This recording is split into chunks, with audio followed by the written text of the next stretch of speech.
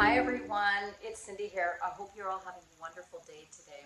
I'm popping in today to talk about curating a design aesthetic based on living from a place of well-being, and also a little chat about design trends. So oftentimes design trends come in, people get really excited about them, they want to do everything that is the latest and the greatest. There's absolutely nothing wrong with that, unless it's really not aligning with how it makes you feel. The most important thing that I can say as an interior designer is, how do you want to feel in your space? And then when you establish that and you look at the current trends, are they aligning with what really lights you up? And if they're not, don't bother with them. Or perhaps consider taking segments or pieces of a design trend and putting small doses of a design trend into your home's design scheme. The problem is that design trends come and they go. And when they go, they usually pivot quite far off from where they were. Once upon a time, people wanting white kitchens. Nowadays, not so much. There's a lot of wood tones in kitchens now, along with some beautiful colors. White kitchens are a thing of the past. Oftentimes what happens is when trends come in, people do them and they get done to death. And so people become really tired of a design trend. So when you are cultivating a design, make sure that you absolutely love what you're putting in. I can't express it enough, to be quite honest with you. When you choose or make design selections that you absolutely love, they will stand the test of time for you because you absolutely love it.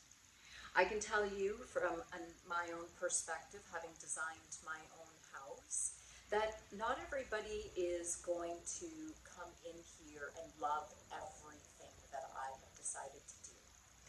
I can tell you honestly that when you ask someone what they think, they're going to be more than happy to share their thoughts with you. The problem is that those opinions are based on what their loves or likes are, has no reflection on you or your family or your lifestyle. You're going to make decisions from a place of well-being. How does it make you feel? Does it light you up? Are you excited about it? Can you see it standing the test of time for you?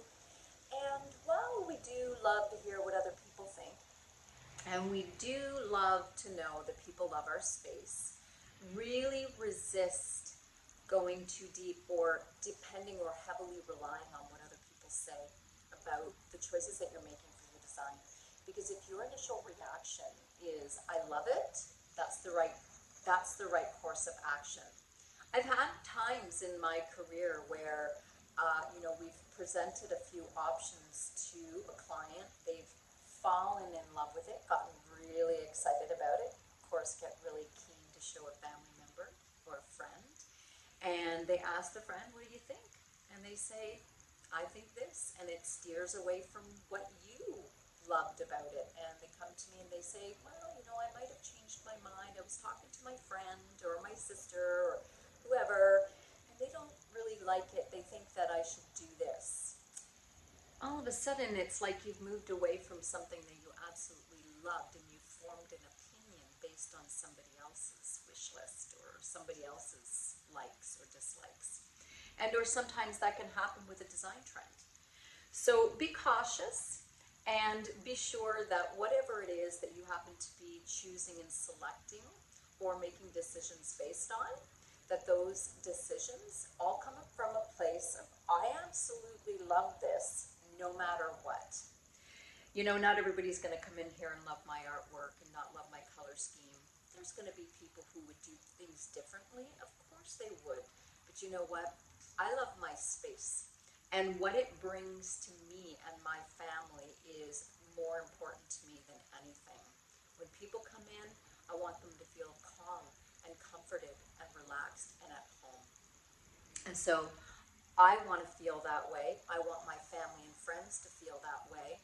And when I formulate my design scheme, the first thing that I do is, how does it make me And oftentimes that becomes a reflection in the way that you're going to curate your design.